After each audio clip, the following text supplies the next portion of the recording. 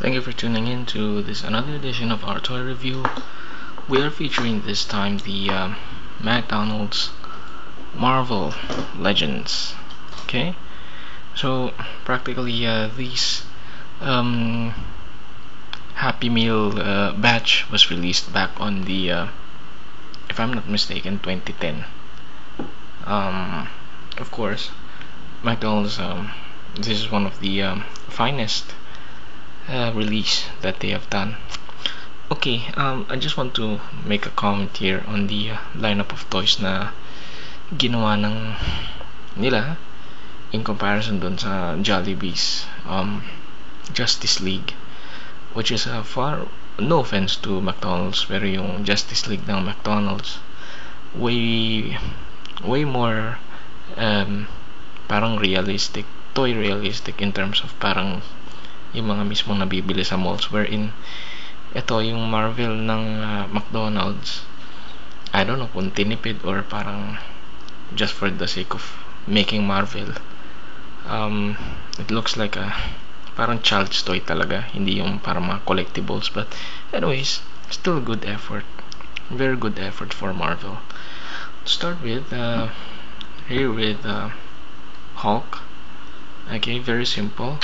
Articulation is yung sa ulo niya. Okay, not much of a chrome work liban dito sa yung pants niya.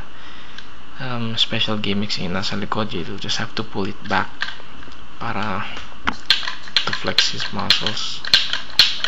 Okay, now as for Iron Man, this looks good as well. The paint is good, especially on the face, on the parts here, the chrome. Ito ang weird part kasi may gulong si Iron Man for the purpose of, you know, instead of flying, he'll just roll. Ayun, lumagpas. Okay, now for you know, the guy Wolverine. This is the X-Men Uncanny X-Men cartoons mode.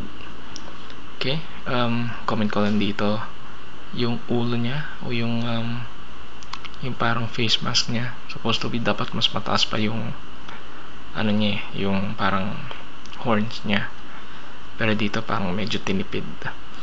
But good chrome part from the chest to the legs, down to the legs.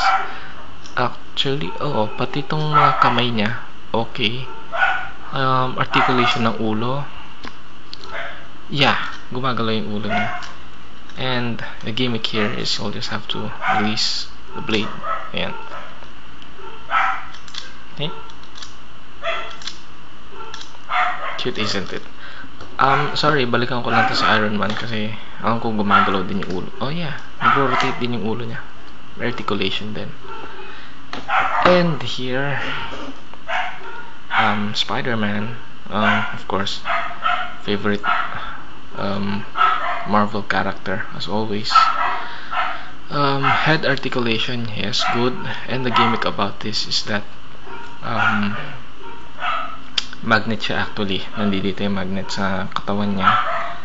About the chrome, I don't think this toy has much of a chrome, but as I've mentioned, the gimmick here is in the magnet here in the chest, in which ito, you can actually put him in a refrigerator or, you know, yan. Actually may bakal ako dito eh. Ayan. See? Okay, so practically all in all, to sum it up, simple lang yung presentation ng Marvel na ito when it comes to the McDonald's Happy Meal Marvel Legends lineup. All in all, since if you're a Marvel fan, it's just all worth it as well. And knowing na, of course, wala na to ngayon sa McDonald's, this is a rare item. So yeah, thank you for tuning in. Have a nice day.